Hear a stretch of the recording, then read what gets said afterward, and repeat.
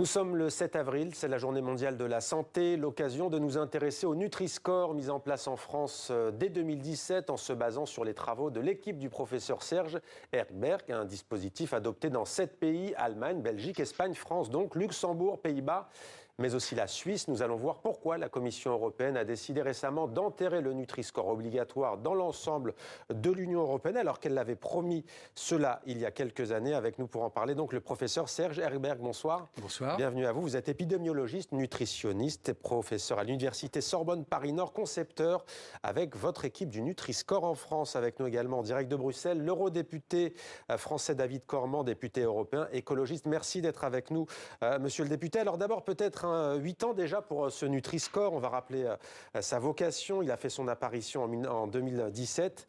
Ça va de la lettre A à la lettre E et du vert foncé à l'orange foncé. Le principe, il est simple. Les aliments se divisent en 5 catégories. Entre le A, vert foncé, on va peut-être voir ces quelques images de quelques produits alimentaires. Le E, orange foncé, qui correspond à une qualité médiocre. Les voilà ces images, trop sucrées, trop gras, trop salées. Des études qui établissent un rapport entre la consommation d'aliments mal classés au Nutri-Score et qui risquent de développer donc une maladie cardiovasculaire. Voilà pour l'image. David Cormand, on commence avec vous. Le Nutri-Score ne sera pas généralisé dans les 27 ni rendu obligatoire. C'était pourtant une promesse. Comment l'expliquer? Pourquoi? Bonjour, écoutez, oui, c'est un recul. Les lobbies. L'attaque qu'a subi le Nutri-Score, c'est avant tout l'attaque d'intérêts économiques extrêmement puissants.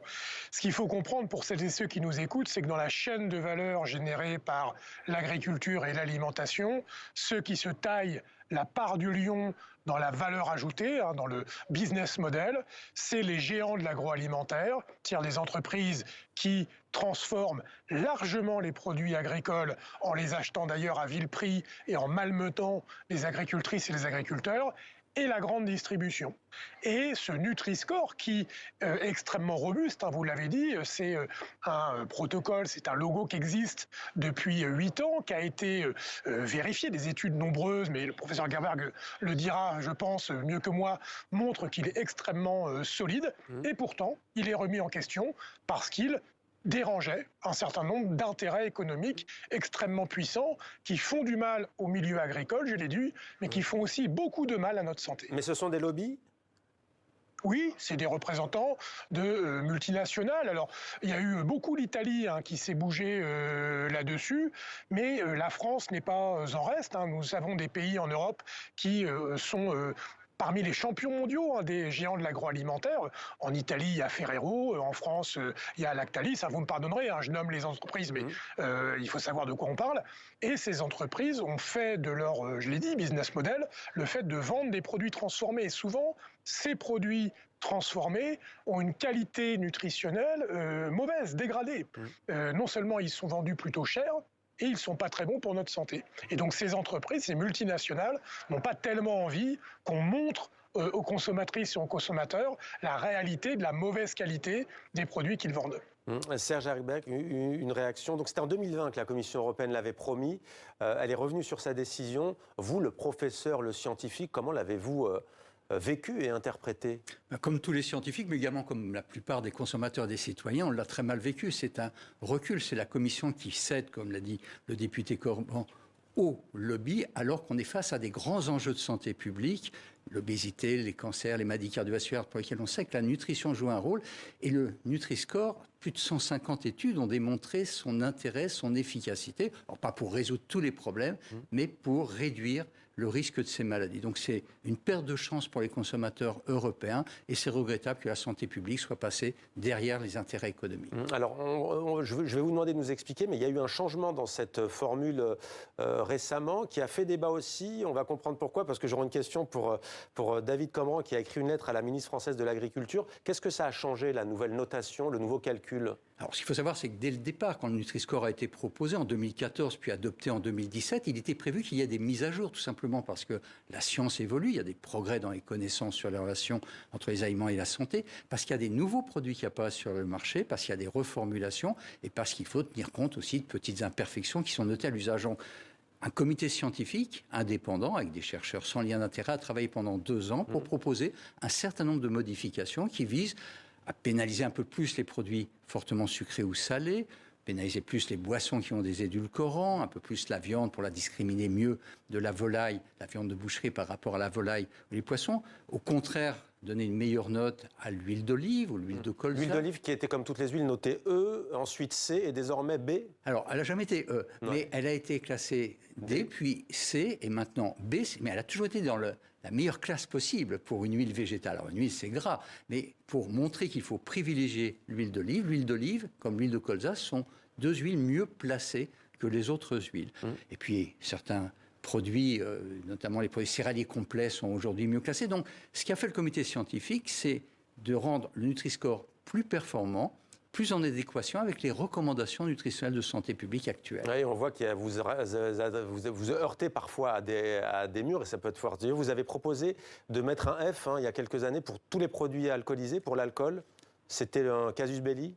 Alors oui, là aussi, mettre un avertissement sanitaire ou une information nutritionnelle sur l'alcool pose beaucoup de problèmes. Là, les lobbies sont encore plus puissants que dans le champ de l'agroalimentaire. Et cette idée qui a été mise sur la place publique pour sensibiliser la nécessité qu'il y ait tout de même de l'information sur les bouteilles contenant des alcools, quels qu'ils soient, a été rejetée immédiatement. David Comran, je parlais du lait. Alors, il y a des grands groupes qui ont joué le jeu, je parle sous votre contrôle, peut-être Danone à un moment donné, mais quand il y a eu ce nouveau calcul, voilà, sur certains produits laitiers, ça leur a fait un hic. Pourquoi est-ce que vous avez pris votre stylo pour écrire à la ministre française de l'Agriculture ? Parce que la remise en question de la part de la ministre de cette mise à jour n'était pas basée sur des arguments scientifiques, mais sur des arguments prétendument économiques. C'est Annie Genevard. Moi, je suis... Oui, Madame Genevard. Et moi, je suis pour que quand on prend des décisions politiques, ça soit éclairé par la science. Bien sûr, après, il y a des choix politiques à faire, mais on ne peut pas tordre le cou à des arguments scientifiques. Et là, quand on parle de santé publique et qu'on parle d'un affichage pour éclairer les consommatrices et les consommateurs en matière de santé publique, on ne peut pas s'arranger avec les faits pour des raisons économiques. Et notamment, l'un des débats, c'était, vous savez, un certain nombre de fromages. Et on a la chance en France d'en compter beaucoup, des fromages AOP, AOC, qui sont réputés pour leur qualité gustative. Et personne ne remet en question cela. Et il y avait le fait de dire, ah oui, mais ça va pénaliser le Roquefort, le Comté ou que sais-je, de mettre le Nutri-Score dessus.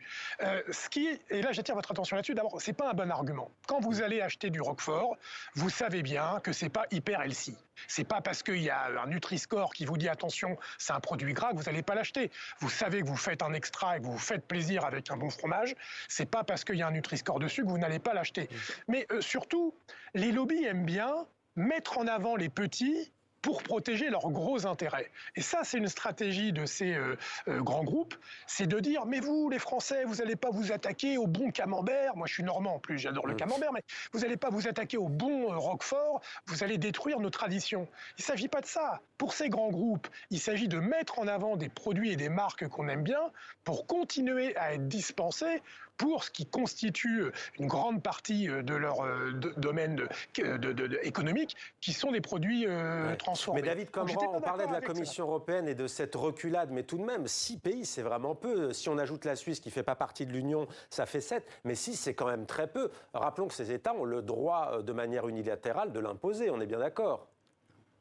Non. Oui, mais le rôle, bien sûr, ils peuvent le faire s'ils veulent. Alors d'abord, il y a quand même une tentation de faire en sorte que ça soit tout le temps facultatif. Or, moi, je suis pour une égalité de traitement entre l'ensemble des consommatrices et des consommateurs européens. Moi, je siège dans la commission Marché intérieur, protection des consommateurs et la commission Agriculture. Et je suis pour que dans les 27 pays de l'Union, tous les citoyens et toutes les citoyennes européens aient accès à la même connaissance. Et d'ailleurs, c'était l'avis aussi du Parlement sur le principe, quand il avait voté le principe d'un, pas de Nutri-Score, mais d'un étiquetage obligatoire pour connaître la qualité nutritionnelle des produits. Il n'avait pas nommé le Nutri-Score, mais c'était l'idée.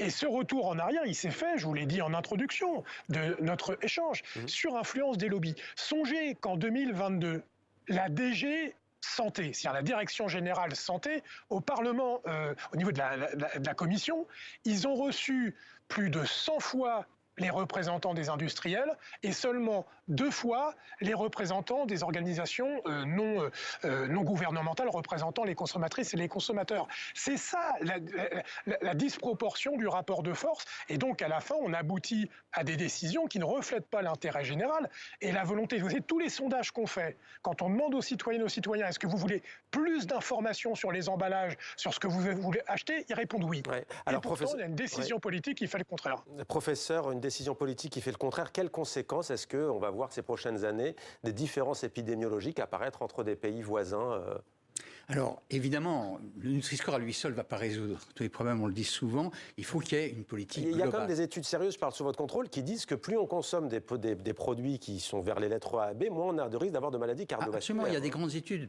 notamment réalisées au niveau de 10 pays européens, sur plus de 500 000 personnes, un suivi pendant 15 ans, qui montrent que le fait de manger des aliments mieux classés sur l'échelle du Nutri-Score réduit le risque d'obésité, de cancer, de maladie cardiovasculaire, diminue la mortalité. Il y a une étude de l'OCDE qui a montré si d'ailleurs on mettait le Nutri-Score dans les 27 pays européens, d'ici 2050, on réduirait le nombre de maladies chroniques, toutes ces grandes maladies que je viens de citer, d'environ 2 millions de cas donc, sur ces années à venir. On réduirait les dépenses de santé, en plus on augmenterait la force de travail. Donc oui, il y a une urgence de santé publique. La Commission européenne n'a pas fait son travail. Alors, c'est vrai qu'il y a une réglementation européenne qui bride quand même les États membres pour le rendre obligatoire. Ce que dit le député Cormand est fondamental. Ça devrait être répandu sur l'ensemble des pays. Mais si la Commission européenne ne tient pas ses engagements, eh bien, il faut que les États poussent à le rendre obligatoire pour donner un peu le chemin à suivre à l'ensemble de la Commission européenne et du Parlement. Merci beaucoup Serge Herberg pour votre éclairage. Merci professeur. Merci beaucoup David Cormand, député européen, d'avoir pris le temps de nous répondre en direct de Bruxelles en Belgique. Merci à tous les deux.